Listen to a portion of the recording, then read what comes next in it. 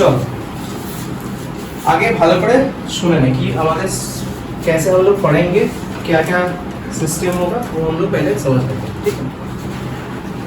अगले 3 दिन हम लोग सेल के बारे में पढ़ेंगे। कल तो तुम लोग का नॉर्मल शेड्यूल क्लासेस है, आज क्लास हो रहा है, कल क्लास होगा, परसों क्लास होगा। परसों का क्लास शायद तुम लोगों को दोपहर या शाम को किसी एक टाइम पे हम करेंगे। परसों मेरा नहीं होगा। क्यों? वो इंग्लिश ट्यूशन है। कितने बजे? 6 बजे से। अरे नहीं, हम दोपहर की बात कर रहे हैं। दोपहर स्कूल तो छुट्टी है। देखो मैं चाहता हूँ कि बिफोर स्कूल स्टार्ट के हम लोग थोड़ा कुछ चैप्टर्स, 2-3 चैप्टर्स बायो के, मैथ्स, सब का कुछ चैप्टर कर लें, ताकि क्या होगा स्कूल जब शुरू होगा तुम लोग जाके समझ पाओगे कि हाँ ये चैप्टर है, ये वो है। स्कूल में जाके गधे की तरह बैठ नहीं पढ़ना पड़ेगा, ठीक है। तो वो हम लोग थोड़ा एक्स्ट्रा कर लेंगे। जो जिस दिन क्लास होगा मैं वो रिकॉर्ड करके मेरे यूट्यूब चैनल में डाल दूंगा, ठीक है। तुम लोग क्लास नोट करोगे, क्लास नोट्स पढ़ोगे पहले। परसों जब चैप्टर खत्म हो जाएगा तो तुम लोगों को मिल जाएगा स्टडी मटेरियल प्रिंटेड, ठीक है। वो स्टडी मटेरियल होता है ना कि हर बुक में एकदम परफेक्टली कुछ लिखा नहीं होता है, तो क्या होता है तुमको प्रॉब्लम होता है, तुम लोगों को प्रॉब्लम होता है कि ये बुक पढ़ूँ, वो बुक पढ़ूँ, थोड़ा इस बुक से पढ़ना होगा। तो मैं एक स्टडी मटेरियल बना के दूंगा प्रिंट करके, उसमें सारा सब डॉक्यूमेंट्स रहेगा, मतलब जितना भी डिटेलिंग हो सकता है एक चैप्टर सब उधर रहेगा। वो डॉक्यूमेंट्स तुम लोग बहुत अच्छे से स्टोर कर रखना। मैं एक फाइल में भी दे दूंगा तुम लोगों को, ठीक है, ताकि वो स्टोर होकर रहे। बायो का एक फाइल बना के दूंगा, केमिस्ट्री का एक फाइल बना के तुम लोगों को दे दूंगा। जो स्टडी मटेरियल आएगा उसमें डाल देना, क्लियर। चलो वो सब मिल जाएगा जब चैप्टर खत्म होगा। चैप्टर खत्म होने तक तुम लोग क्लास नोट पढ़ोगे जो मैं कराऊंगा, और उसके बाद तुम लोग वो स्टडी मटेरियल तुम लोग को दिया जाएगा, वो पढ़ोगे आराम से। बुक पढ़ने की कोई दरकार नहीं है, ओके। बुक पढ़ोगे तो कंफ्यूज हो जाओगे कि इधर थोड़ा लिखा है, उधर थोड़ा लिखा है, और सारे बुक में एकदम परफेक्टली लिखा नहीं होता। और जब पढ़ोगे घर पे एग्जाम के लिए, क्योंकि एक चैप्टर खत्म हो जाएगा तो फिर एग्जाम लेंगे, तो मैं जो पढ़ा है क्लास में वो कैसे याद रहेगा, तो तब यूट्यूब वीडियो खोल देना, मैं लिंक भेज दूंगा ग्रुप में। और क्लास के बाद याद दिलाना, ग्रुप में तुम लोगों को ऐड करना होगा दोनों को, ओके। चलो तो फिर जो चैप्टर हम लोग आज पढ़ेंगे वो है सेल, ओके। तो सेल एक्चुअली क्या है? सेल चैप्टर हम लोग 9 में जब पढ़ेंगे उसमें सेल नाम से पढ़ेंगे, ठीक है।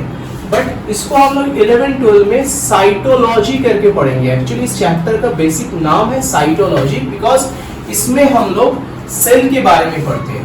कभी भी हम लोग अगर किसी भी बायोलॉजी के जो ब्रांच में, बायोलॉजी का बहुत सारा ब्रांच होता है, बायोलॉजी एक ऐसा सब्जेक्ट है जिसमें तुम बहुत एरिया कवर कर सकते हो, ठीक है। मतलब मल्टीपल टाइप ऑफ सब्जेक्ट्स होता है इसमें, जो तुम बाद में उसमें स्पेशलाइजेशन कर सकते हो। उसमें एक चैप्टर टॉपिक है साइटोलॉजी। साइटोलॉजी का मीनिंग होता है कि एनीथिंग जो स्टडी करवाता है अबाउट सेल, मतलब study of cell, actually study of cell, clear.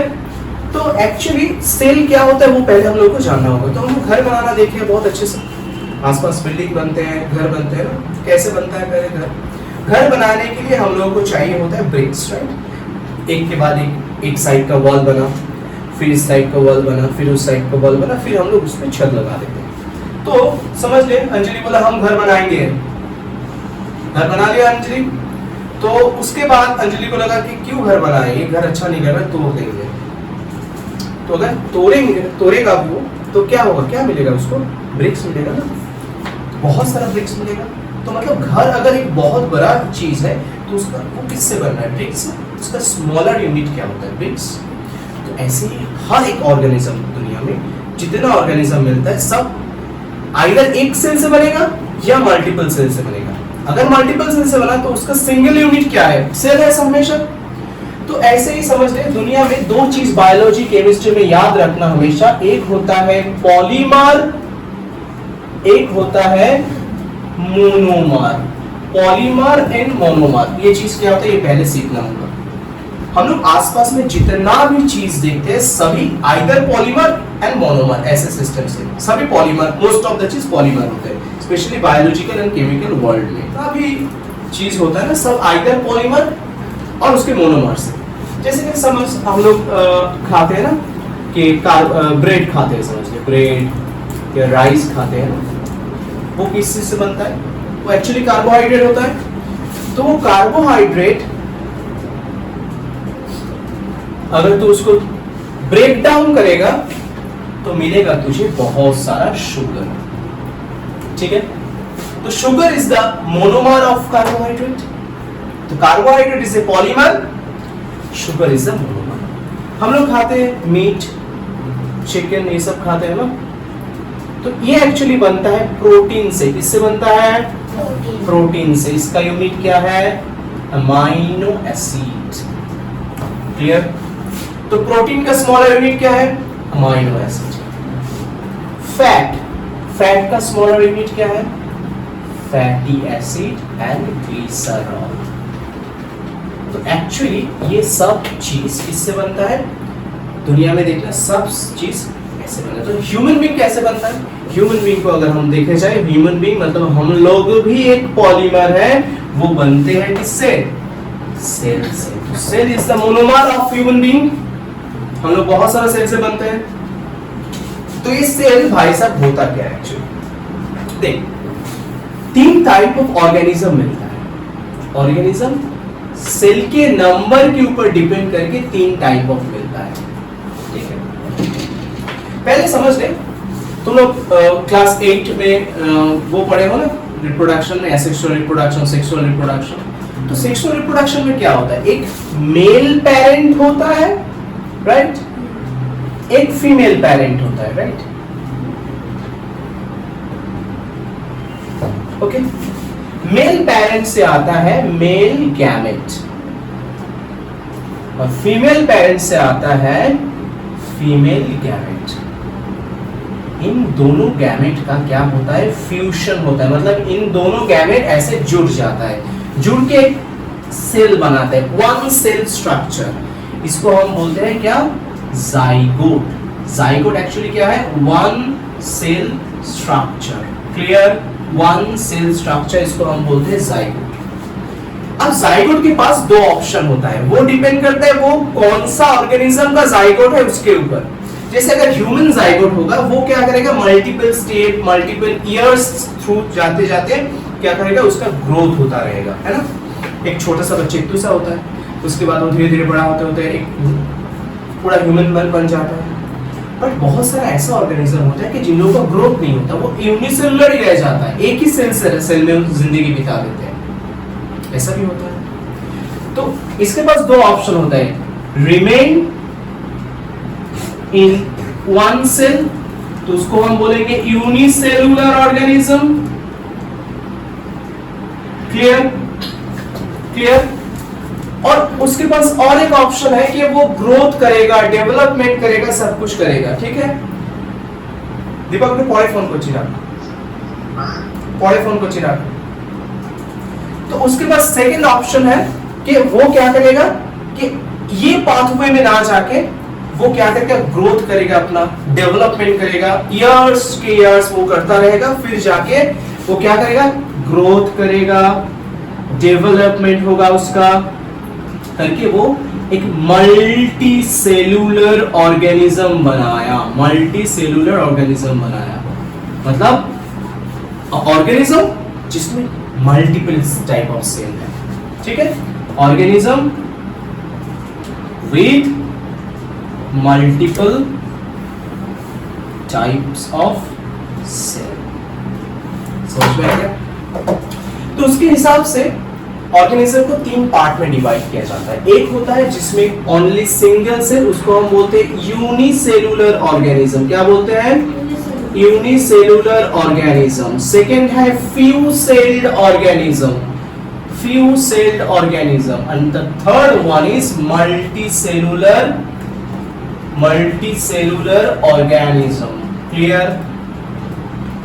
जब भी घर पे पढ़ोगे तुम लोग, तब ये वीडियो ऑन करके बैठना, तो फिर क्या होगा? जो तुम अभी सीख के जा रहे हो वो ना बाद में अगर कुछ कंफ्यूजन हो तो उससे आंसर मिल जाएगा। ठीक है, अच्छे से उसको खोल के बैठ के पढ़ के देखना। ठीक है, तो आप देख, जो चीज है, ये जो यूनिसेलुलर ऑर्गेनिज्म होता है वो किससे बनता है? एक सिंगल सेल से। मतलब उसका जिंदगी बॉर्न से डेथ तक एक सिंगल सेल में बीत जाता है। मतलब होल ऑर्गेनिज्म इज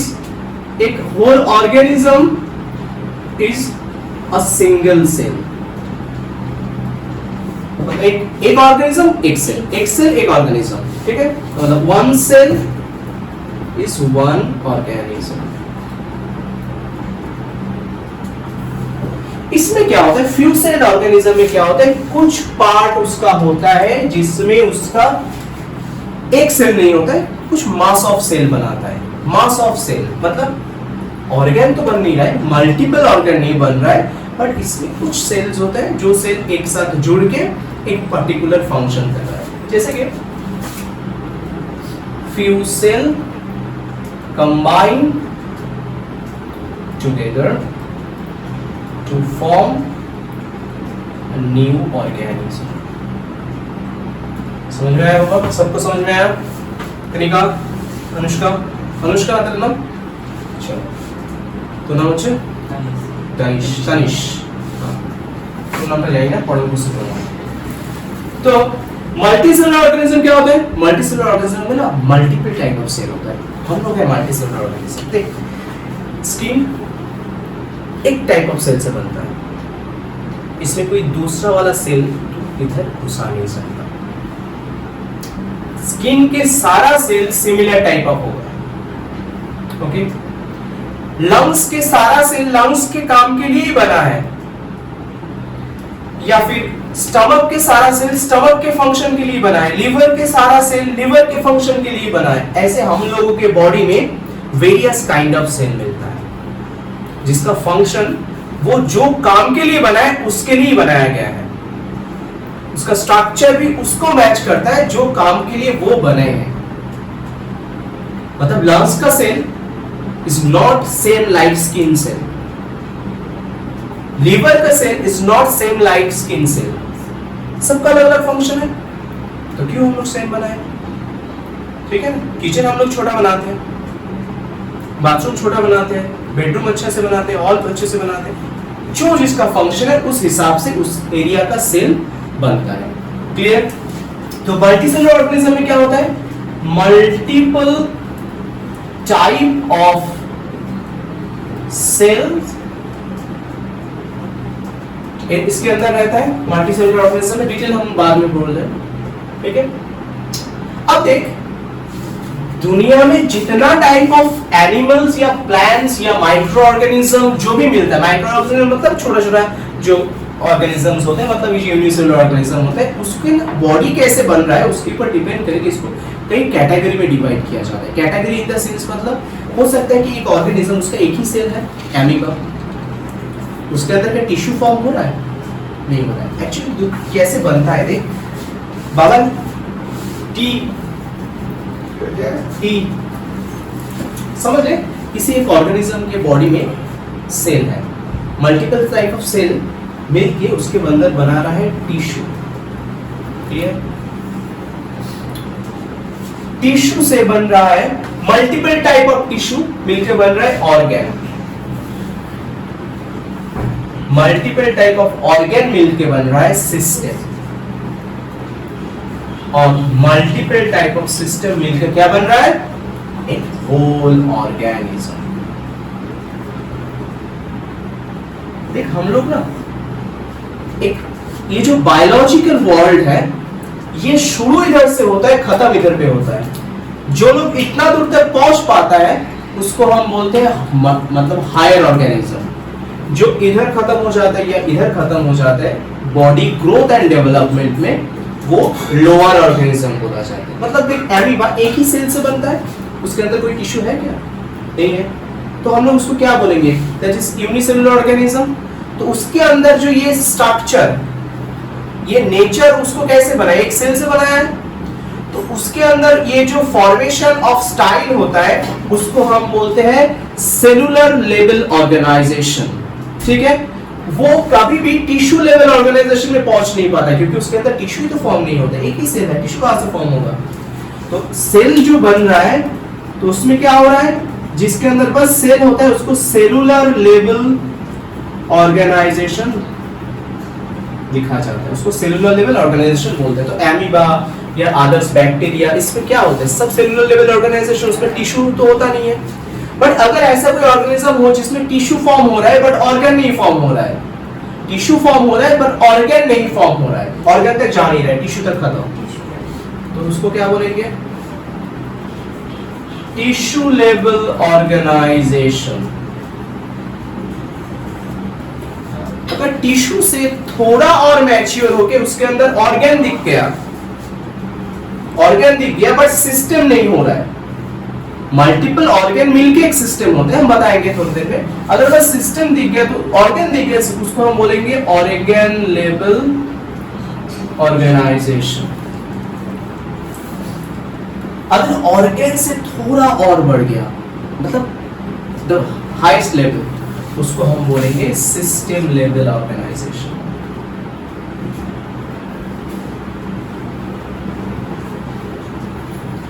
हम लोग इतना दूर तक पहुंचते हैं, नोटिस कर। मैं क्या बोला, multiple type of cell combine होकर टिश्यू बनाएगा, टिश्यू कंबाइन होकर ऑर्गन बनाएगा, ऑर्गन कंबाइन होकर सिस्टम बनाएगा। देख, हम लोग के बॉडी में डाइजेस्टिव सिस्टम होता है, जो तुम लोग पढ़ोगे, मतलब ये बायोलॉजी की ये जो तुम पढ़ा ना, यही हम लोग को पढ़ना होगा 9-10 में, ठीक है। कैसे? क्लास 9 में हम लोग को पढ़ना पड़ता है digestive system, skeletal system, skin, respiratory system, ये सब हम लोग को पढ़ना पड़ेगा। तो देख अच्छे से नोटिस करो, हम मेरा बॉडी में हम लोग का जो डाइजेस्टिव सिस्टम होता है उसमें क्या होता है, माउथ होता है, एक ऑर्गन। माउथ कैसे बन रहा है? बहुत सारा सेल से। This is also a tissue, mouth के inside outside all these are tissues. Tissues किससे बन रहा है? बहुत सारा सेल से बन रहा है। तो हम लोग देख डायरेक्टली ऑर्गन में पहुंच गए। अब देखना होगा कि हम लोग सिस्टम में कैसे पहुंच रहे हैं। एक ऑर्गन गया माउथ, उसके बाद इसोफेगस, उसके बाद स्टमक, उसके बाद small intestine, large intestine, colon, rectum, all these are organs. उसके बाद ग्लैंड्स होते हैं, माउथ में 3 ग्लैंड होते हैं, बाद में पढ़ाऊंगा, पैरोटिड, सबलिंगुअल, सबमैक्सिलरी, लीवर होते हैं, स्टमक के अंदर ग्लैंड्स होते हैं। तो ऑल दीज आर क्या ऑर्गन्स है? देख, multiple type of organs combine हो जा रहा है। तो ये जो सिस्टम जो बस डाइजेशन कर रहा है, उस सिस्टम को हम बोलेंगे डाइजेस्टिव सिस्टम। वो किससे बन रहा है? बहुत सारा मल्टीपल और ऑर्गन से बन रहा है। तो system is made up of multiple organs. समझ में आ गया? तो देख, हमारे बॉडी में बहुत सारे ऐसे सिस्टम्स होते हैं। ये तो मैं एक डाइजेस्टिव सिस्टम की बात बोला, ऐसे हार्ट, ब्लड वेसल्स, ये सब लेके क्या बनता है? Circulatory system. ओके, जो एक में तुम लोग पढ़े थे। नर्व्स लेके क्या बनता है? नर्वस सिस्टम बनता है। एक बॉडी के अंदर मल्टीपल टाइप ऑफ सिस्टम होता है, तो मल्टीपल टाइप ऑफ सिस्टम मिलके परफेक्ट ऑर्गेनिज्म बना रहा है। और एक चीज याद रखना होगा, कभी भी ये सिस्टम एक दूसरे के काम में इंटरफेयर नहीं करेगा, बस हेल्प कर सकता है। डाइजेस्टिव सिस्टम डाइजेशन ही करता है। वो क्या बोलता है? थोड़ा सांस ले लो भाई, हम थोड़ा सांस को हजम कर लेंगे, ऐसा नहीं बोलता ना, वो बस डाइजेशन करता है।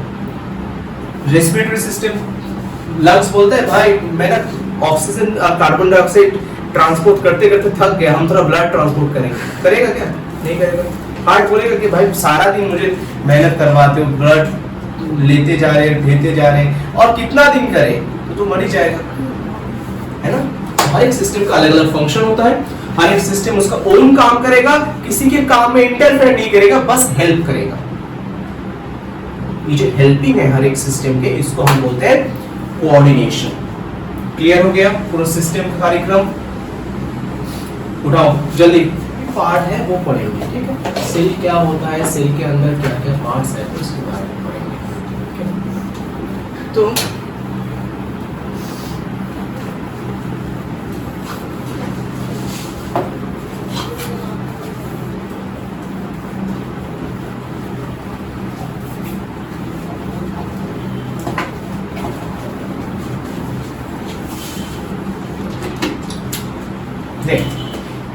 एक सेल का ना 2 रीजन होता है, एक होता है कवरिंग, एक होता है उसका इंटरनल स्ट्रक्चर, ठीक है। एक होता है कवरिंग्स और एक होता है इंटरनल स्ट्रक्चर।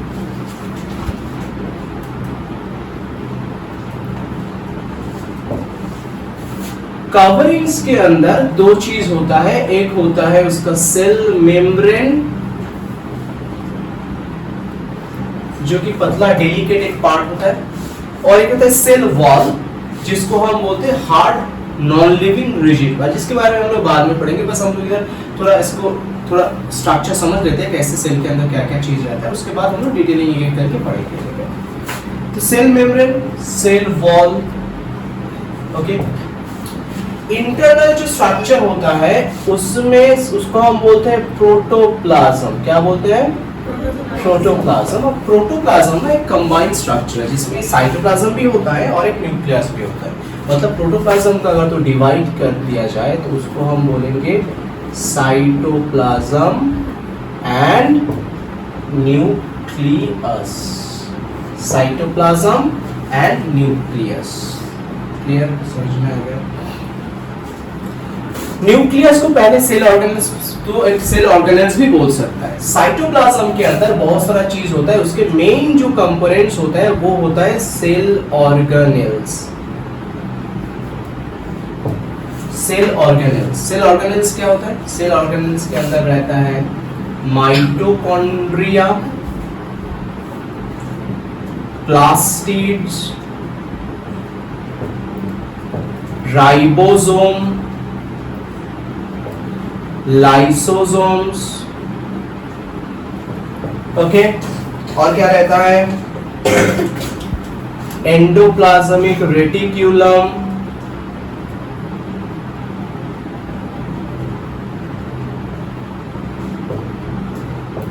सेंट्रोसोम। ऐसे बहुत सारा चीज रहता है जो हम लोग एक एक करके बोलेंगे। ये सब पार्ट्स को हम लोग, ये जो सेल ऑर्गेनेल्स देख रहा है ना, इसका सेल के अंदर अलग अलग फंक्शन होता है। मतलब इन लोगों का काम होता है सेल के अंदर कुछ स्पेसिफिक फंक्शन करना। जैसे माइटोकॉन्ड्रिया, इसको ये क्या करता है? सेल के अंदर एनर्जी प्रोडक्शन करता है। प्लास्टिड प्लांट सेल में होता है, कलर प्रोवाइड करता है। कुछ प्लास्टिड होता है जो क्लोरोफिल बनाता है जिससे फोटोसिंथेसिस हो पाता है। तो सेल के अंदर ये साइटोप्लाज्म के अंदर फ्लोट करता है, साइटोप्लाज्म के अंदर फ्लोट करता है। और ये लोग हर कोई ना कोई पर्टिकुलर काम करेगा।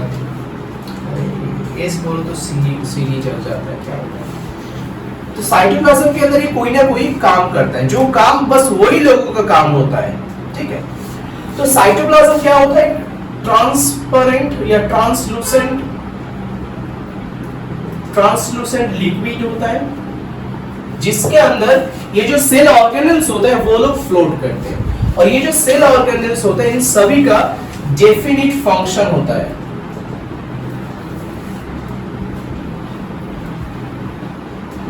इनसाइड द सेल, सेल के अंदर डेफिनिट फंक्शन होता है। क्लियर? कोई ना कोई फंक्शन ये लोग करता है। Mitochondria both animal and plant cell में होता है। डिटेलिंग होता है वो बाद में तुम लोगों को हम डिटेल जब पढ़ाएंगे रिवीजन के टाइम पे तो बोलेंगे प्लांट सेल में क्या होता है, एनिमल सेल में क्या होता है। तो स्ट्रक्चर तो भी पढ़ लेंगे एक बार, बेसिक चीज पढ़ने के बाद तुम लोगों के, उसके बाद हम लोग उसमें रिवीजन करेंगे जब, तब थोड़ा डिटेलिंग में जाएंगे। Both animal and plant cell में माइटोकॉन्ड्रिया मिलता है। ओके। प्लास्टिड कहाँ पे मिलता है? सिर्फ प्लांट सेल में। प्लास्टिड कभी भी एनिमल सेल में नहीं होता है, only in plant cell. Okay. Ribosome both, lysosome both, endoplasmic reticulum both, centrosome only animal cell. कहाँ पे? Only animal cell. ये जो सेल मेम्ब्रेन होता है ना, ये एनिमल सेल प्लांट सेल दोनों में ही होता है। ये both animal cell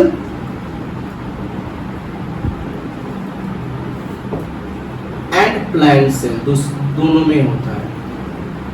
but cell wall होता है सिर्फ only plant cell. Only plant cell में सेल वॉल रहता है। सेल मेम्ब्रेन मतलब, सॉरी ये गलत बोल दिया। Cell membrane both animal cell and plant cell में होता है।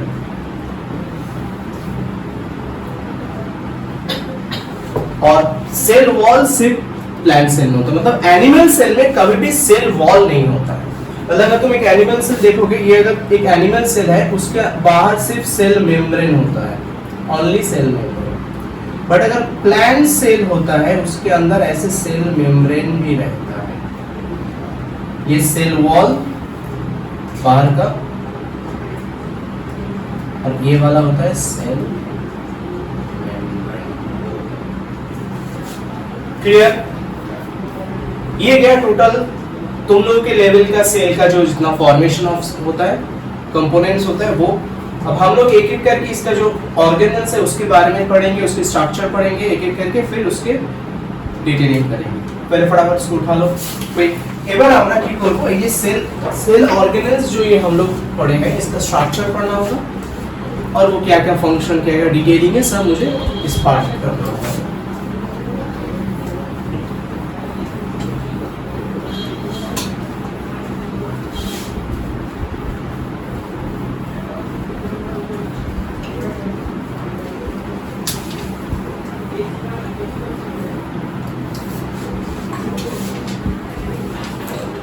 पहले हम लोग पढ़ेंगे माइटोकॉन्ड्रिया के बारे में, ठीक है।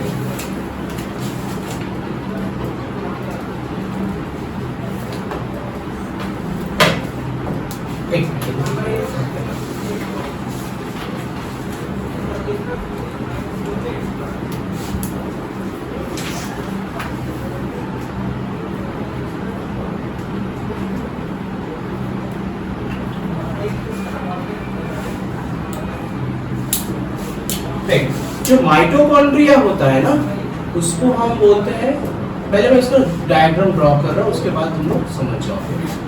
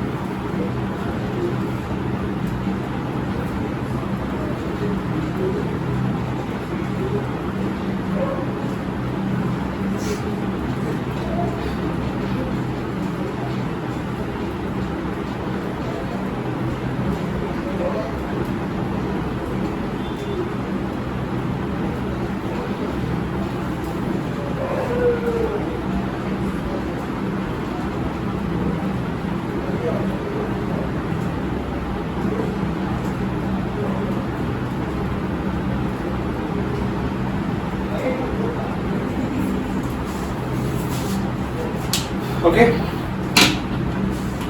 ये जो पार्ट है ना, देख स्पेशली जो माइटोकॉन्ड्रिया होता है वो डबल लेयर मेम्ब्रेन होता है, डबल लेयर्ड या डबल मेम्ब्रेन सेल ऑर्गेनल्स होता है। दो लेयर होता है इसमें, ठीक है। देख इसमें दिख पा रहा है, दो लेयर है, दो मेम्ब्रेन है। ये जो आउटर वाला मेम्ब्रेन होता है इसको हम बोलते हैं आउटर। और एक चीज याद रखना, बायोलॉजी में जब भी कोई आउटर वाला वर्ड आएगा उसका दूसरा सिनोनिम होता है पेरिफेरल। Peripheral, okay. आउटर और पेरिफेरल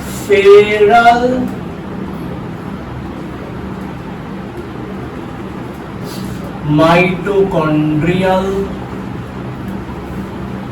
मेम्ब्रेन,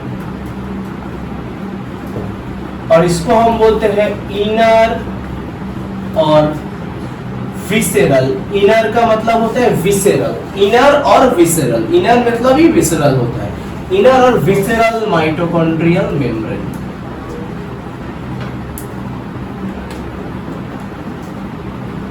तो समझ में गया कहा क्या दो मेम्ब्रेन का दिख रहा है, तो इसीलिए इसको हम बोलते हैं double layer membrane, double layer cell organelles. ये जो बीच में गैप होता है, इस गैप का नाम होता है पेरीमाइटोकॉन्ड्रियल स्पेस। पेरीमाइटोकॉन्ड्रियल स्पेस इसको हम बोलते हैं, क्लियर।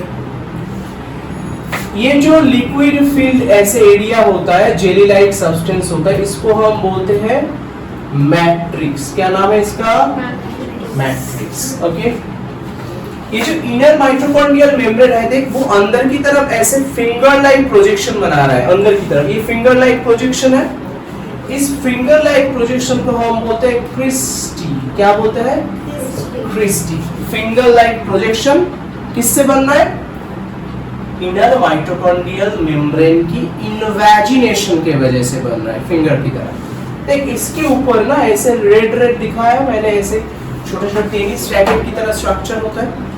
इस टेनिस रैकेट की तरह स्ट्रक्चर को हम बोलते हैं F0 F1 particle.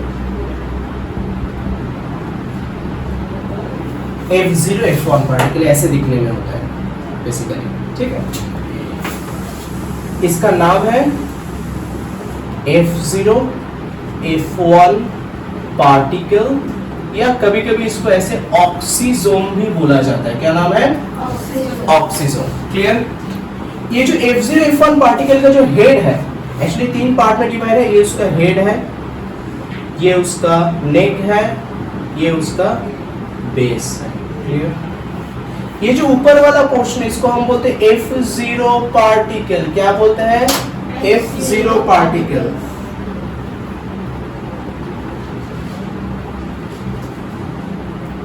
F0 particle, और ये जो पोर्शन है, इस टोटल पोर्शन को हम बोलते हैं F1 पार्टिकल। तो दोनों को मिला के हम बोलते हैं F0 F1 पार्टिकल। क्लियर हो गया?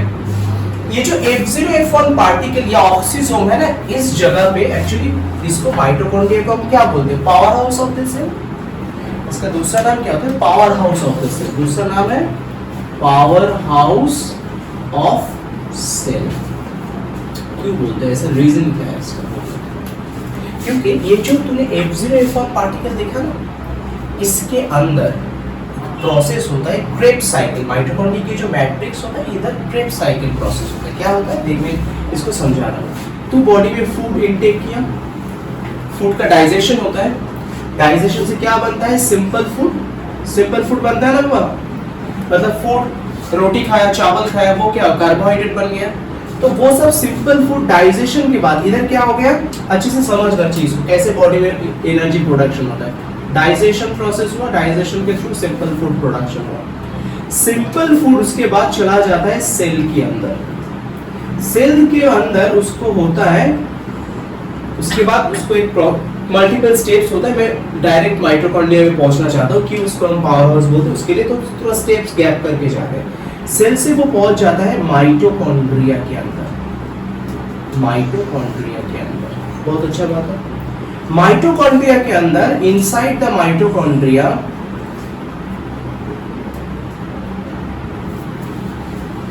एक प्रोसेस होता है। उस प्रोसेस का नाम है क्रेब्स साइकिल।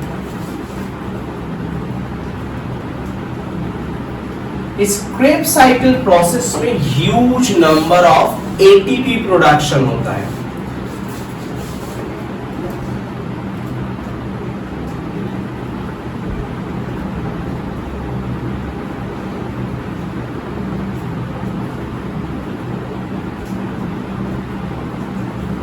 अभी एटीपी भाई साहब क्या है?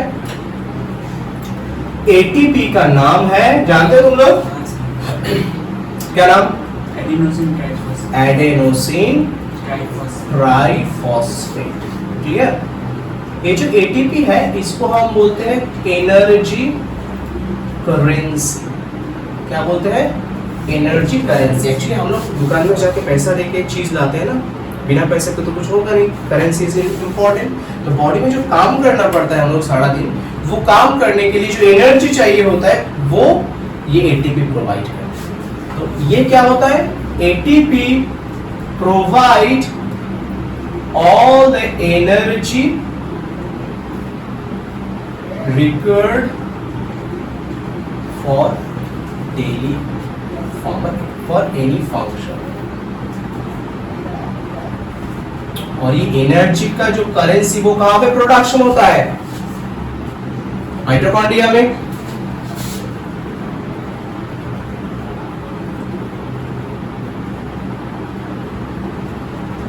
इसके लिए इसको हम बोलते हैं पावर हाउस। पावर हाउस में क्या होता है? एनर्जी, इलेक्ट्रिसिटी प्रोडक्शन होता है। वैसे ही इसको पावर हाउस बोल रहे हैं हम लोग। इसको समझ में आ गया? अब ये जो क्रिस्टी होता है, क्रिस्टी क्या चीज है? Cristae actually finger like projection formed by invagination of क्या? inner mitochondrial membrane। Inner mitochondrial membrane ऐसे इनवेजिनेट होके बन रहा है, फिंगर लाइक प्रोजेक्शन या structure formed by invagination of inner mitochondrial membrane. Clear, समझ में आ गया? और ये F0 F1 ये जो एटीपी सिंथेसिस का जो प्रोसेस मैंने बोला, ये एटीपी सिंथेसिस का प्रोसेस होता है ये F0 F1 पार्टिकल के अंदर। इसका मेन फंक्शन क्या है? मेन फंक्शन प्रोडक्शन ऑफ मतलब एटीपी सिंथेसिस करना, उस प्रोसेस का नाम है एटीपी सिंथेसिस। समझ में आ गया? कोई दिक्कत? क्लियर एकदम? चलो उठा लो, चलो शुरू करिए। तो कल हम लोग क्या पढ़े थे क्लास में? माइटोकॉन्ड्रिया पढ़े। आज हम लोग पढ़ेंगे पहले प्लास्टिक। ओके, देख अच्छे से। प्लास्टिक जो होता है वो सिर्फ और सिर्फ प्लांट सेल में मिलता है, प्लांट सेल में मिलता है ये प्लास्टिक। ओके, बेसिकली तीन टाइप ऑफ प्लास्टिक मिलता है। एक होता है क्लोरोप्लास्ट, एक होता है क्रोमोप्लास्ट और एक होता है ल्यूकोप्लास्ट। क्लियर? तीन टाइप ऑफ प्लास्टिक होता है प्लांट में, तीनों का अलग अलग काम होता है, हर एक का डिटेलिंग मैं एक करके बता रहा हूं। तो फर्स्ट जो होता है क्लोरोप्लास्ट, वो क्या होता है? ये होता है ग्रीन कलर प्लास्टिक। एक्चुअली इसमें ग्रीन, ये जो प्लास्टिक होता है ये ग्रीन कलर का होता है। क्यों ग्रीन कलर का होता है? क्योंकि इसमें एक पिगमेंट रहता है जिसका नाम है क्लोरोफिल। इसमें क्लोरोफिल नाम का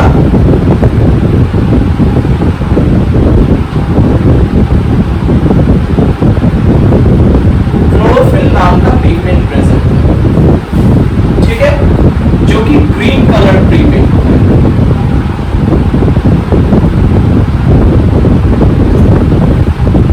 और प्लांट के जितना भी ग्रीन पार्ट है सब ग्रीन पार्ट में ये पिगमेंट प्रेजेंट रहता है।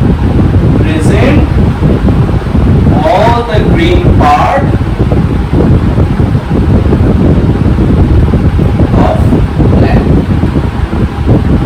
क्लियर?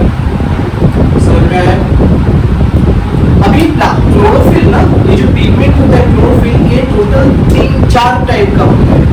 क्लोरोफिल को शॉर्ट में हम लोग CHL भी बोलते हैं, ठीक है। क्लोरोफिल A एक टाइप ऑफ क्लोरोफिल होता है, क्लोरोफिल B एक टाइप ऑफ क्लोरोफिल होता है, क्लोरोफिल C एक टाइप ऑफ, क्लोरोफिल D एक type of. 4 type of chlorophyll plant में मिलता है, ठीक है। एक एक प्लांट में अलग अलग रहता है। मोस्ट ऑफ हायर प्लांट में जो फ्रूट्स हम लोग खाते हैं उसमें सभी में मोर और लेस क्लोरोफिल A ज्यादा प्रेजेंट रहता है। तो एक्चुअली कैसे रहता है क्लोरोफिल को हम बता दें, इसका फंक्शन क्या है वो भी बता रहे हैं। यूजफुल है प्लांट के लिए, प्लांट के लिए क्लोरोफिल बहुत यूजफुल है, ठीक है। मतलब प्लांट जितना भी प्लांट होता है सब में क्लोरोफिल प्रेजेंट होना ही चाहिए, क्योंकि सोलर रेडिएशन, सोलर लाइट जो होता है, सोलर लाइट यहाँ बोलो,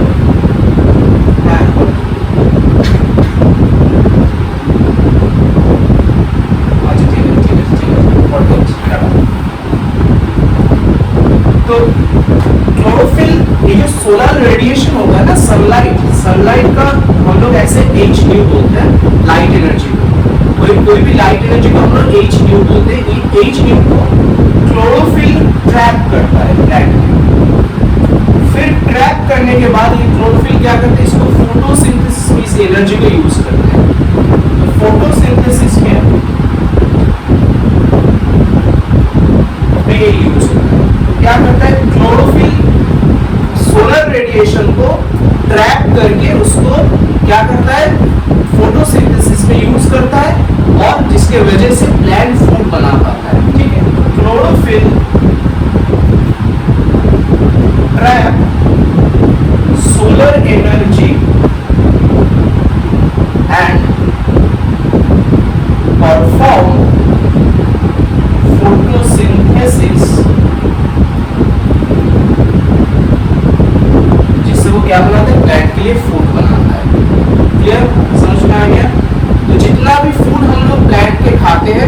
सोर्स से आता है, सभी फोटोसिंथेसिस की रिजल्ट है, फोटोसिंथेसिस के प्रोडक्ट होता है जो हम लोग प्लांट से हम लोग एक्वायर करते हैं, ठीक है। अब ये दिखने में कैसे होता है, ये है एक क्लोरोफिल सॉल्यूशन, ठीक है, ओके। इसमें भी दो माइटोकॉन्ड्रिया की तरह दो लेयर होता है, ओके। आउटर लेयर को हम बोलते हैं पैराइटल लेयर, इनर लेयर को हम बोलते हैं विसेरल लेयर, ओके। बीच में जो ये गैप होता है, इस गैप को हम बोलते हैं पेरीप्लास्टिडियल स्पेस, क्या बोलते हैं, पेरीप्लास्टिडियल स्पेस, ओके। और इसके बीच में अंदर में ऐसे टिफिन बॉक्स की तरह ऐसे कंपोनेंट्स होते हैं, वो वाला टिफिन बॉक्स सबके घर में तो होगा, 10-12 टिफिन बॉक्स एक साथ मिला के एक टिफिन बॉक्स होता है, वैसा वाला चीज होता है।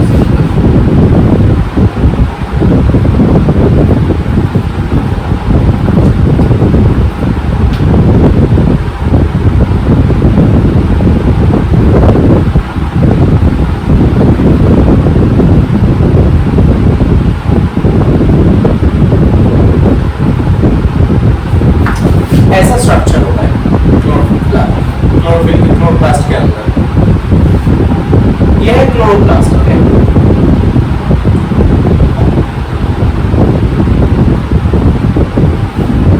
फिर बीच का जो ये फ्लूइड एरिया है इसको हम बोलते हैं मैट्रिक्स, क्या बोलते हैं, मैट्रिक्स बोलते हैं, क्लियर। ये जो टोटल एक टिफिन बॉक्स की तरह एक एरिया है, इसके एक एक को हम बोलते हैं ग्रानम, क्या बोलते हैं, और इसमें 3 ग्रानम है, 3 ग्रानम को एक साथ हम लोग बोलते हैं ग्राना, मतलब ऑल ग्रानम टुगेदर कॉल्ड ग्राना, ओके। ये जो पाइप लाइक स्ट्रक्चर जो एक ग्राना को दूसरे ग्राना के साथ कनेक्ट करते हैं, इसको हम बोलते हैं ग्राना लैमेली, क्या बोलते हैं, और लैमेली भी बोलते हैं, ओके। समझ में आ गया। ये जो टिफिन बॉक्स है ना, एक एक टिफिन बॉक्स को मतलब हर एक में 3-3 करके टिफिन बॉक्स है, उसके एक एक पीस को हम बोलते हैं थाइलाकॉइड, क्या बोलते हैं, थाइलाकॉइड, ओके। इसके अंदर क्लोरोफिल रहता है, क्लोरोप्लास्ट के अंदर, थाइलाकॉइड के अंदर क्लोरोफिल रहता है, ठीक है। तो हर एक तो क्लोरोफिल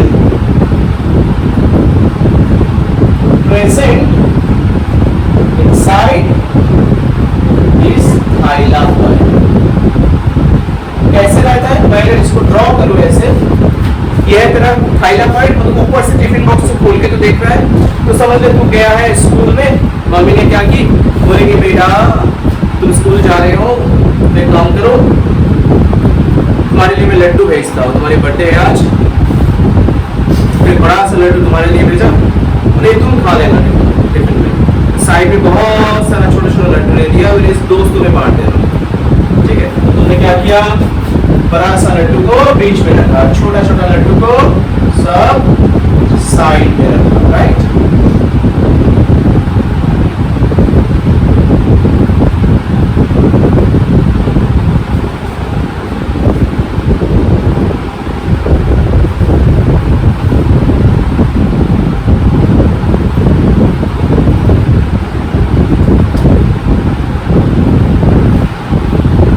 थाइलाकॉइड ऐसे ही बनता है इनसाइड, मतलब टिफिन बॉक्स को खोलने के बाद ऊपर से ऐसे ही निकलने लगता है। इसके बीच वाला जो क्लोरोफिल होता है इसको हम बोलते हैं मेन क्लोरोफिल, क्या बोलते हैं, मेन क्लोरोफिल। यही फोटोसिंथेसिस स्टार्ट करता है ये, और इसके ये जो लेयर है इसको हम बोलते हैं एंटेना क्लोरोफिल, क्या नाम है, एंटेना क्लोरोफिल, ठीक है। समझ में आ गया, और डिटेल बाद में हम लोग पढ़ेंगे, चिंता मत करो। एंटेना क्लोरोफिल, तो क्लोरोप्लास्ट क्लोरोफिल पिगमेंट से बनता है, मतलब ऑब्वियसली इसके अंदर थाइलाकॉइड के अंदर क्लोरोफिल है, तो ऑब्वियसली वो ग्रीन कलर का ही होगा टोटली। ये है उसका क्लोरोप्लास्ट का डिटेल, ओके, जिसमें ग्रीन कलर क्लोरोफिल होता है और वो फोटोसिंथेसिस करता है by trapping the solar radiation, okay. उसके बाद जो आता है क्रोमोप्लास्ट, ठीक है। क्रोमोप्लास्ट भाई साहब क्या है? क्रोमोप्लास्ट भाई साहब को हम लोग बोलते हैं, अच्छा ये तो खाना बनाता है ना क्लोरोफिल, ठीक है, इसीलिए क्लोरोप्लास्ट को हम बोलते हैं, क्या बोलते हैं? क्लोरोप्लास्ट को हम बोलते हैं kitchen of cell, kitchen of cell, इसको बोलते हैं क्लोरोप्लास्ट। Very good, clear. अब आता है क्रोमोप्लास्ट, इसको मैं बोलता हूं printer of the cell, cell के प्रिंटर। कैसे? इसको हम बोलते हैं प्रिंटर ऑफ सेल। तुमने प्रिंटर देखा हो? हाँ, प्रिंटर में कितना कलर होता है? प्राइमरी कलर एक तो ब्लैक होता है और कलर मतलब कलरफुल कलर कितना होता है? एक साइन कलर होता है ब्लू कलर, एक मैजेंटा होता है येलो कलर, एक होता है रेड कलर, राइट। ये तीनों प्राइमरी कलर है और तो कोई कलर होता नहीं है। बट अगर मैं बोलूं ऐसे पिंक बना दो, कैसे पिंक बना देता है वो? बनाता है ना पिंक कलर का कोई पिक्चर। वही तीनों कलर रेशियो में, प्राइमरी कलर बोलते हैं, वो रेशियो में मिक्स होकर सेकेंडरी कलर बनाता है, राइट। तो ये काम ये प्लांट के लिए क्रोमोप्लास्ट करता है। प्लांट के लिए ये काम कौन करता है? क्रोमोप्लास्ट। कैसे करता है? प्लांट की बॉडी में 3 टाइप ऑफ क्रोमोप्लास्ट मिलता है, 3 टाइप ऑफ पिगमेंट्स मिलता है उसके अंदर। क्या क्या क्रोमोप्लास्ट के अंदर कितना पिगमेंट मिलता है? 3। फर्स्ट वन इज कैरोटीन, क्या नाम? Carotene, okay. Second one is xanthophyll, क्या नाम? एंड थर्ड वन इज एंथोसायानिन, और भी होता है, हम एक एक करके बता रहे हैं। एंथोसायानिन, ये 3 मेन पिगमेंट्स होता है जो कि प्लांट के बॉडी में काम में आता है कलर गिविंग में। देखना कोई कोई प्लांट में लीफ कलरफुल होता है, फ्लावर कलरफुल होता है, ऐसे ऐसे बहुत सारा चीज होता है, वो काम ये भाई साहब करते हैं, ठीक है। इसमें जो कैरोटीन होता है वो होता है ऑरेंज कलर का पिगमेंट्स, ठीक है। क्या होता है? Orange colour pigment. और ये क्या होता है? ये ना वाटर में या सेल सैप में सॉल्युबल नहीं होता है, मतलब पानी में डालेगा तो सॉल्युबल नहीं होता है। तो ये क्या होता है? Insoluble in water. समझ में आया? अब मुझे बता दो, प्लांट ऐसा कोई प्लांट पार्ट जो ऑरेंज कलर का होता है और वो प्लांट में मतलब पानी में डिसॉल्व नहीं होता है। जैसे गाजर खाते हैं ना हम लोग, गाजर काटने के बाद उसको अगर हम लोग मतलब ग्रेवी से बनाए या उसको पानी में धोए तो पानी क्या ऑरेंज कलर होता है? नहीं होता है ना। सबसे ज्यादा कैरोटीन मिलता है कैरेट, या हम लोग होते ना संतरा खाते हैं ना ऑरेंज, वो अगर तू उसको निकाल के उसको पानी में रखेगा, पानी क्या ऑरेंज कलर होता है? नहीं होता है। बट उसमें भर के क्रोमोप्लास्ट, मतलब ये कैरोटीन होता है।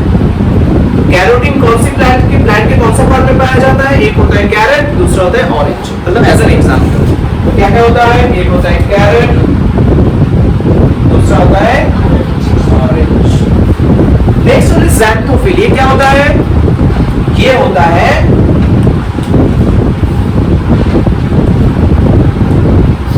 येलो कलर पिगमेंट, ठीक है। ये भाई साहब भी इनसॉल्युबल इन वाटर।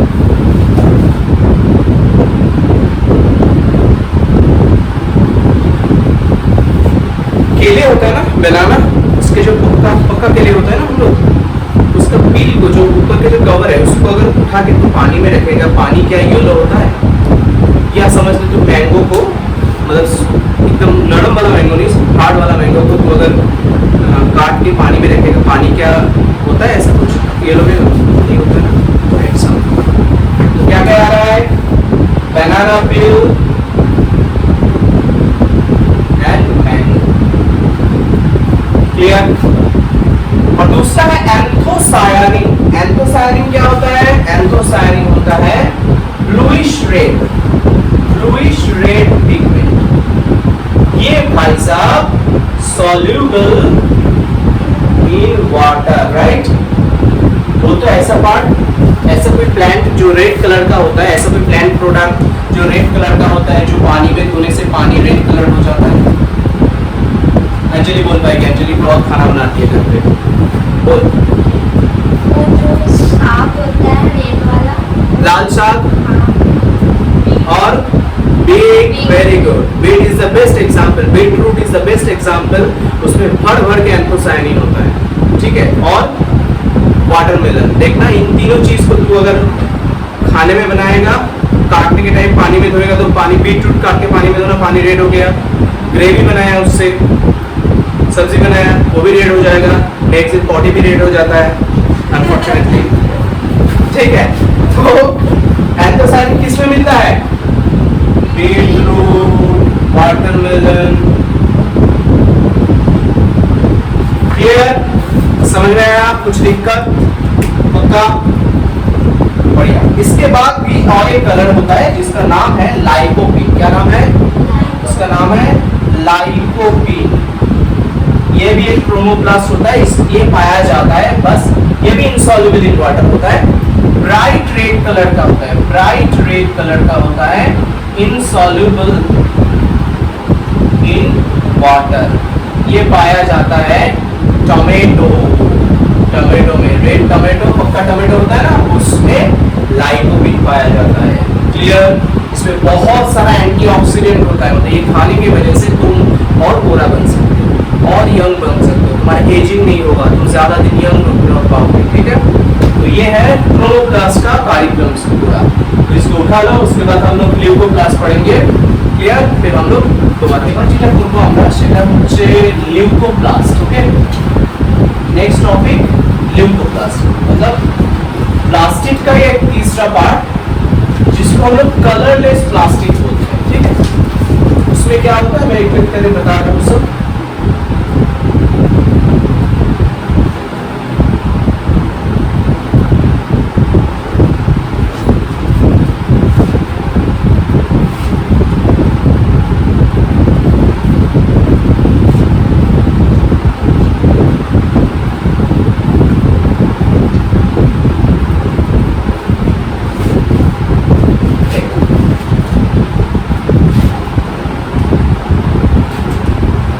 ल्यूकोप्लास्ट जो होता है ना, वो एक्चुअली कलरलेस प्लास्टिक होता है। इसमें कोई पिगमेंट्स नहीं होता है, कोई भी इसमें पिगमेंट्स नहीं है। इसमें क्या होता है, ये एक्चुअली फूड स्टोरिंग प्लास्टिक भी बोलते हैं इसको। ये कोई कलर तो नहीं देता है, बट ये क्या करता है, फूड स्टोर करता है, फूड स्टोरिंग प्लास्टिक। मतलब ये प्लांट के बॉडी में it stores food in plant. Clear? तीन तरीके का ल्यूकोप्लास्ट होता है। First one is amyloplast. Amyloplast. Second one is proteinoplast, या इसको एल्यूरोप्लास्ट भी बोलते हैं। And the third one is हेलियोप्लास्ट।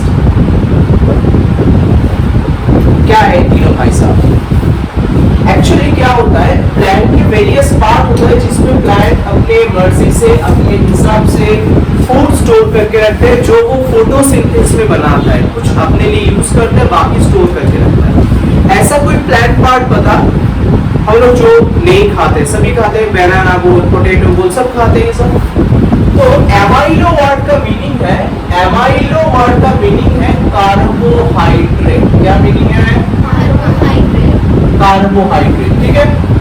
तो ये जो कार्बोहाइड्रेट भाई साहब होता है, ये कार्बोहाइड्रेट भाई साहब मतलब प्लांट के ऐसा कुछ पार्ट होता है जिसमें कार्बोहाइड्रेट स्टोर होकर रहता है।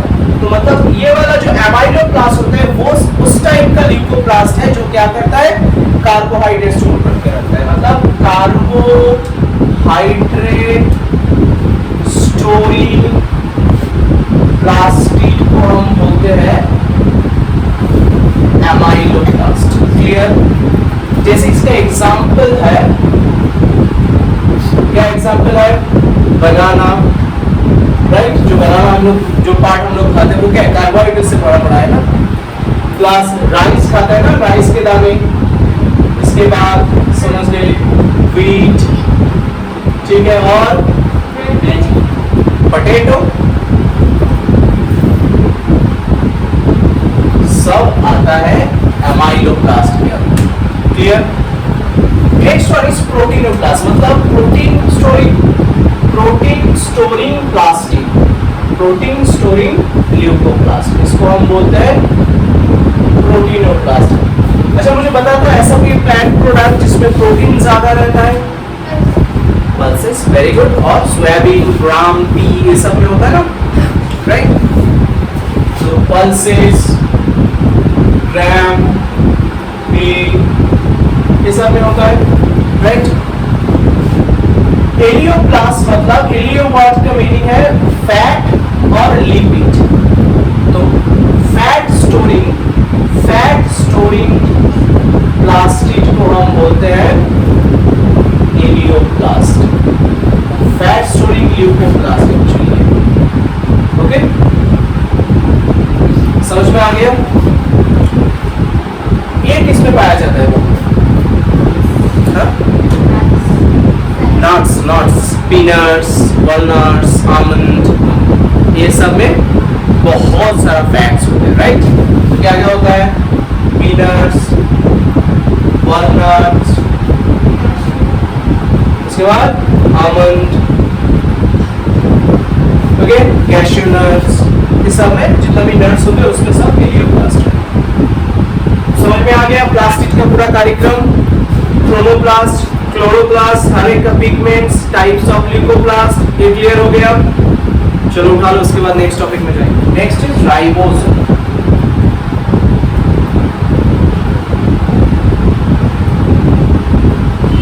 ओके, राइबोसोम, इसको हम बोलते हैं प्रोटीन फैक्ट्री ऑफ सेल। क्या बोलते हैं? Protein factory of cell.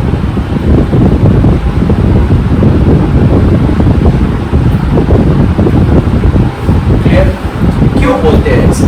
पहले मैं इसका स्ट्रक्चर बताऊंगा, फिर ये कैसे क्या काम करते हैं तो मुझे समझ में आएगा। ठीक है?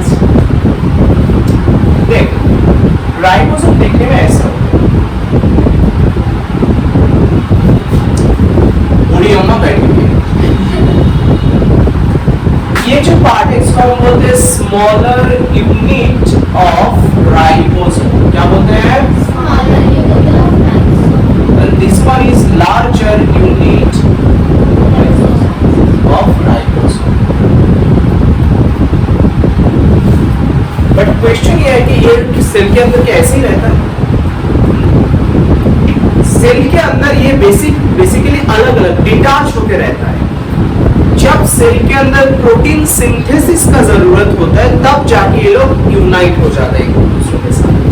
बट अब ये क्वेश्चन आता है कि सर प्रोटीन सिंथेसिस का जरूरत क्या है? हम तो बाहर से प्रोटीन खा रहे हैं ना, तो अचानक से प्रोटीन सिंथेसिस होने का क्या जरूरत है? बात वो नहीं है एक्चुअली। प्रोटीन सिंथेसिस, हम लोग जो प्रोटीन खाते हैं वो कौन सा वाला प्रोटीन है? चिकन खाते हैं, मटन खाते हैं, पनीर खाते हैं, all these are protein source of अस।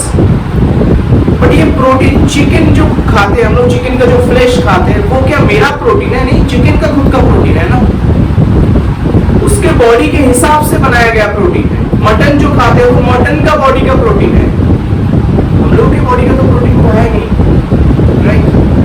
तो वो प्रोटीन सोर्स है, उससे हम लोग डाइजेस्ट करके अमाइनो एसिड मिलता है हम लोग को। बट हम लोग के बॉडी में केराटिन प्रोटीन, मसल्स की मायोसिन प्रोटीन, इतना सारा प्रोटीन हम लोगों के बॉडी में जरूरत होता है।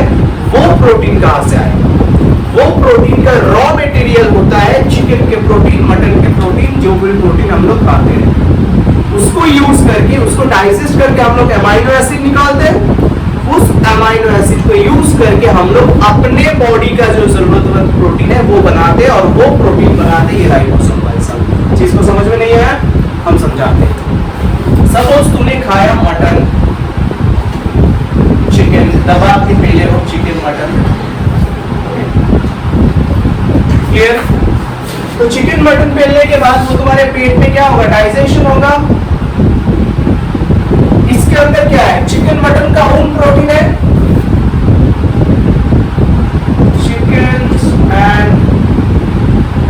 Home protein.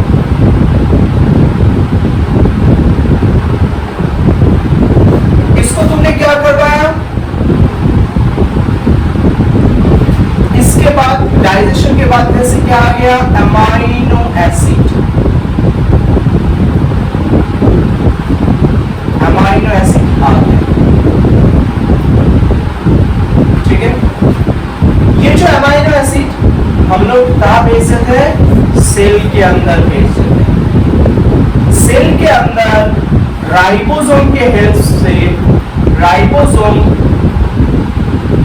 Make our human protein, जो हम लोगों के बॉडी में काम आता है वैसा वाला प्रोटीन बनाना। क्लियर हो गया? वो काम ही राइबोसोम करते हैं। बट बेसिकली राइबोसोम क्या होता है? सेल के अंदर ऐसे अलग अलग रहता है, स्मॉल यूनिट, लार्ज यूनिट, ऐसे अलग अलग रहता है, राइट? जब भी प्रोटीन सिंथेसिस का जरूरत होता है, during protein synthesis, during protein synthesis magnesium 2+ ion के हेल्प से, मैग्नीशियम आयंस के हेल्प से ये क्या करता है? ये दोनों भाई साहब ऐसे जुड़ जाता है,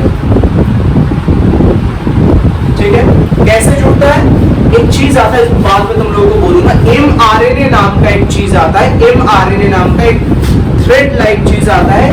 वो थ्रेड लाइक चीज के साथ ये जुड़ जाता है,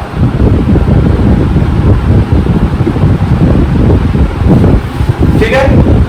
इसको हम बोलते हैं पॉलीराइबोसोम, मल्टीपल राइबोसोम, इसको हम बोलते हैं पॉलीराइबोसोम। यही चीज प्रोटीन सिंथेसिस स्टार्ट करता है, यही पे प्रोटीन सिंथेसिस होता है।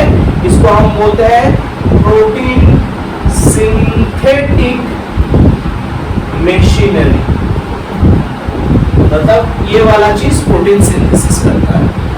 तो ये जो स्ट्रक्चर पॉलीराइबोसोम होता है, परफॉर्म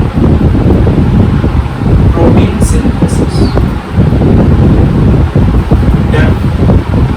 क्लियर? समझ में आ गया? अब ये जो स्मॉलर सब यूनिट एंड लार्जर सब यूनिट, इसका ना हम लोग एक नाम देते हैं, जिसका नाम दिया था विडबर्ग नाम के एक साइंटिस्ट। और नाम दिया था विडबर्ग, ठीक, नाम का एक साइंटिस्ट। तो दो तरीके का, सब सेल में राइबोसोम चाहिए, सबको प्रोटीन चाहिए। तो हमारे आसपास ना दो तरीके का सेल होते हैं, प्रोकैरियोटिक सेल, एक यूकैरियोटिक सेल, जो बाद में सेल के नेक्स्ट चैप्टर मतलब एंड की तरफ मैं बोलूंगा आराम से। प्रोकैरियोटिक सेल मतलब जो इमैच्योर सेल होता है, मतलब हायर ऑर्गेनिज्म नहीं, लोअर ऑर्गेनिज्म का जो सेल होता है उसको हम बोलते हैं प्रोकैरियोटिक सेल। और हायर ऑर्गेनिज्म की बॉडी में, हम लोग की बॉडी में होता है यूकैरियोटिक सेल। तो दो अलग अलग टाइप का राइबोसोम मिलता है, एक है प्रोकैरियोटिक राइबोसोम,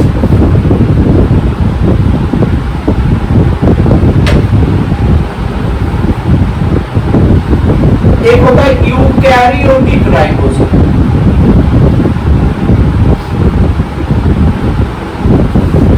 ठीक है। प्रोकैरियोटिक जो राइबोसोम होता है उसको हम बोलते हैं ATS राइबोसोम। एस क्या है बता रहा हूं, और उल्टा बोल दिया। प्रोकैरियोटिक राइबोसोम होता है 70S राइबोसोम, और यूकैरियोटिक राइबोसोम होता है 80S राइबोसोम। अब ये प्रोकैरियोटिक 70S 80S क्या होता है मैं एक करके बता रहा हूं। 70S राइबोसोम समझ लो, इसका जो स्मॉलर यूनिट होता है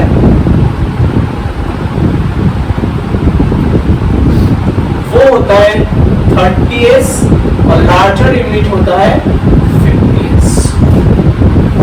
80S जो सब यूनिट होता है, मतलब यूकैरियोटिक जो राइबोसोम होता है, मतलब हमारे बॉडी में 80S होता है, ठीक है। उसको उसको हम बोलते हैं ऐसे। उसका स्मॉलर यूनिट होता है 40s, लार्जर यूनिट होता है 60s। अभी एस भाई साहब क्या है? एस एक्चुअली वेगबर्ग यूनिट बोलते हैं। वेगबर्ग यूनिट मतलब राइबोसोम को ना हम लोग जब अलग करते हैं उसको घुमाते हैं, सेंट्रीफ्यूगल मशीन के अंदर घुमाते हैं, तो कौन सी स्पीड में कौन सा वाला राइबोसोम का सब यूनिट अलग हो जाएगा, उस स्पीड नंबर को हम बोलते हैं एस। ठीक है, तो ये चीज याद रखना। 78 राइबोसोम का दो सब यूनिट होता है, एक 30s एंड 50s। ऐड कर दे, ऐड मत कर, ऐड करने से 80s होता है, वो नहीं है।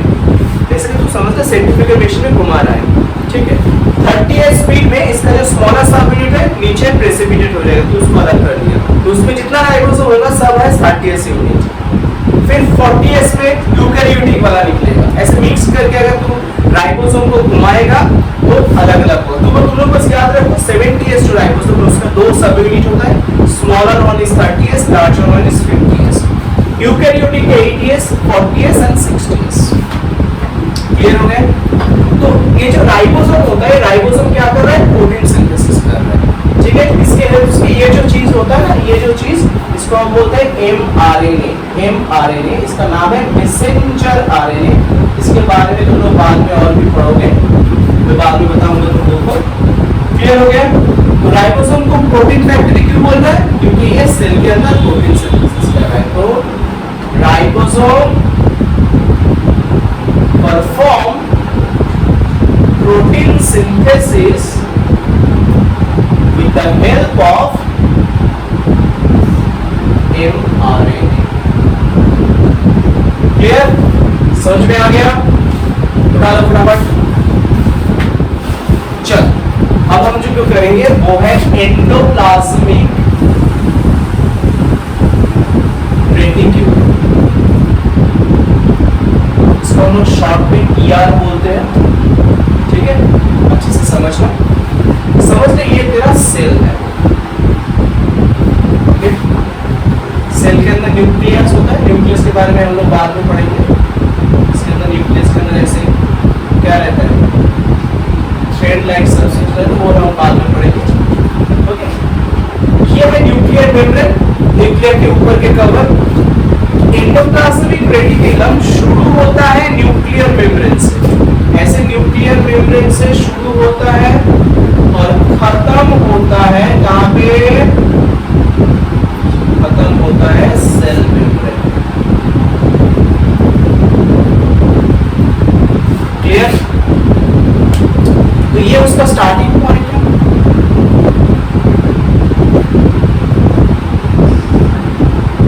और ये उसका एंडिंग पॉइंट है। ER कहां से स्टार्ट होता है? Endoplasmic reticulum starts at nuclear membrane and ends at cell membrane, right? Clear?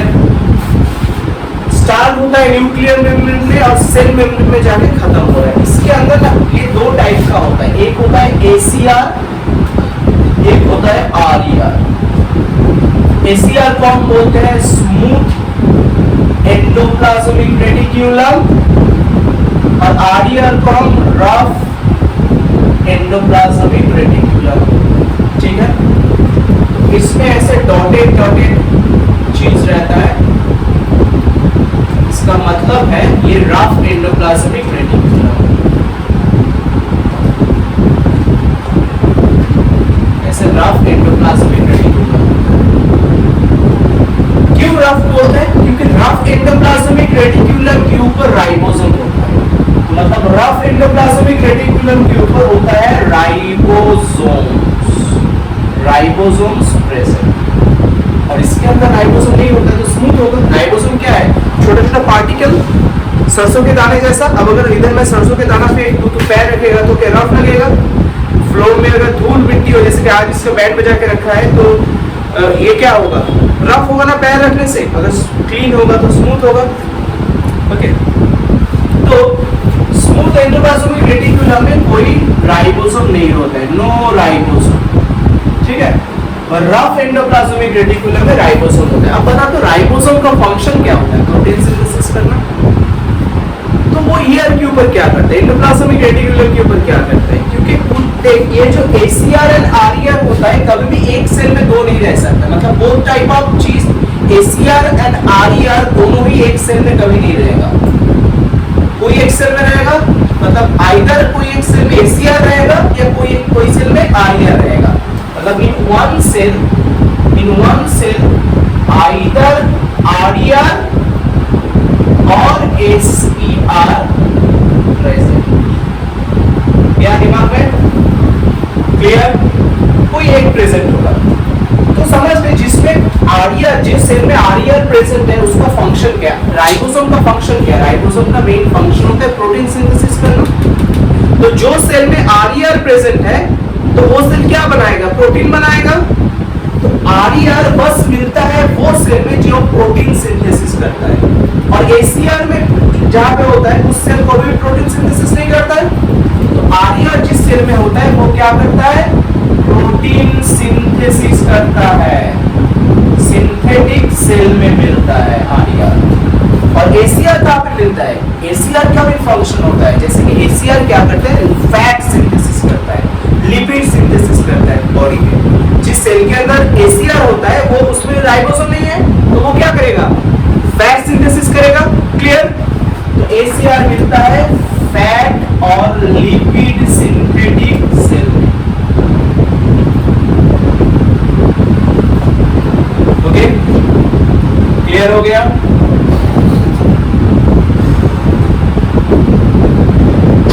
समझ में आ गया? कोई डाउट?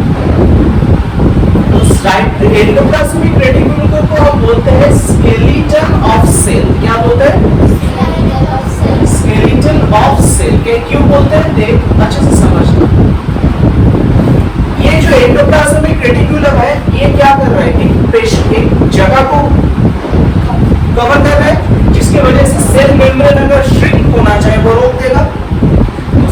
एंडोप्लाज्मिक रेटिकुलम ये सिंथेसिस वगैरह प्रोटीन फैट सिंथेसिस के बाद भी और एक काम करता है। क्या करता है? सेल के स्ट्रक्चर प्रोवाइड करता है, मतलब it give structure to cell. Clear? समझ में आ गया? कोई डाउट? इसके साथ मैं लाइसोसोम भी पढ़ा देता हूँ, जगह है तो।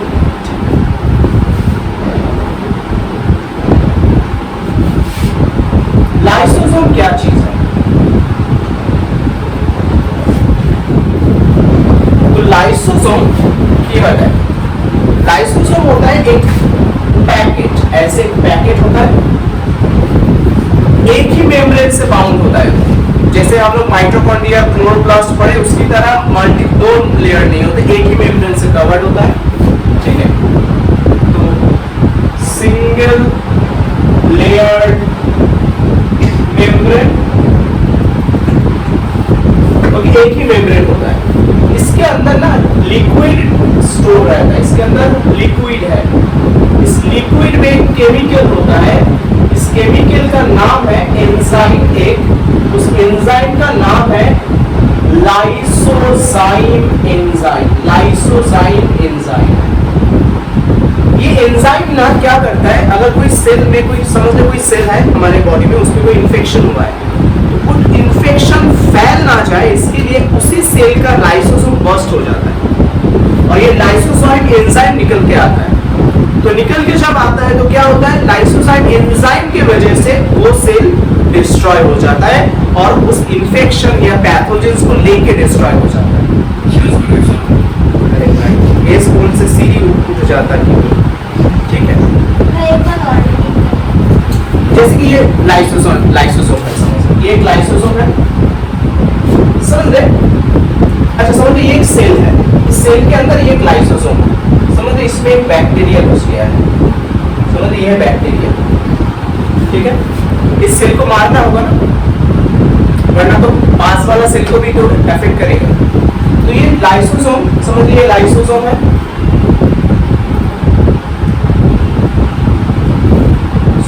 ये लाइसोसोम फटाक करके फट गया, फट के ये पूरा सेल को डिस्ट्रॉय कर देता है। ये जो एंजाइम है lysozyme, it's a hydrolytic enzyme. Hydrolytic मतलब है, लाइटिक एंजाइम मतलब जो बर्स्ट कर देता है, सेल को फाड़ देता है। ओके, ये क्या करता है? बर्स्ट सेल को बर्स्ट कर देता है। इस सेल के अंदर लाइसोसोम है, समझ लीजिए है इन्फेक्शन। इन्फेक्शन मतलब कोई भी बैक्टीरिया, वायरस, पैथोजन जो भी हो, ये समझ लें, इसको बचाना होगा, बॉडी को इस इन्फेक्शन से बचाना हो, तो ये क्या करता है? लाइसोसोम बर्स्ट होकर इसका केमिकल को बाहर निकालता है। केमिकल या lysozyme secretion, lysozyme secretion.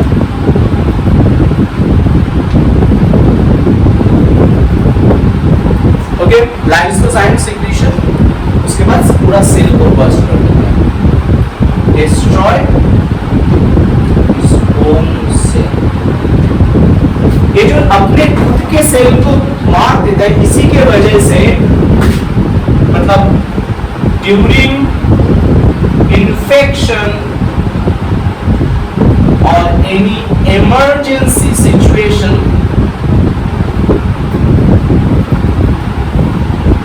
Lysosome destroy own cell.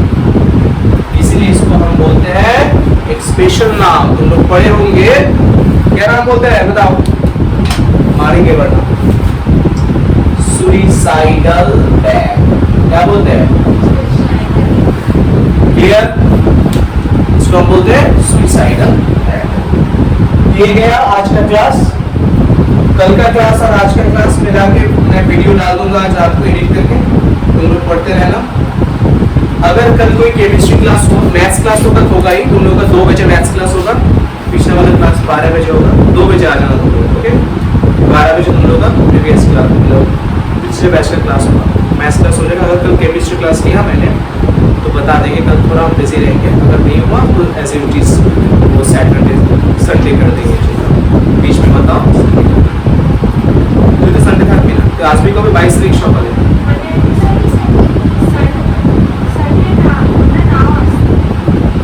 ठीक है। अच्छा, मैं वीडियो दिए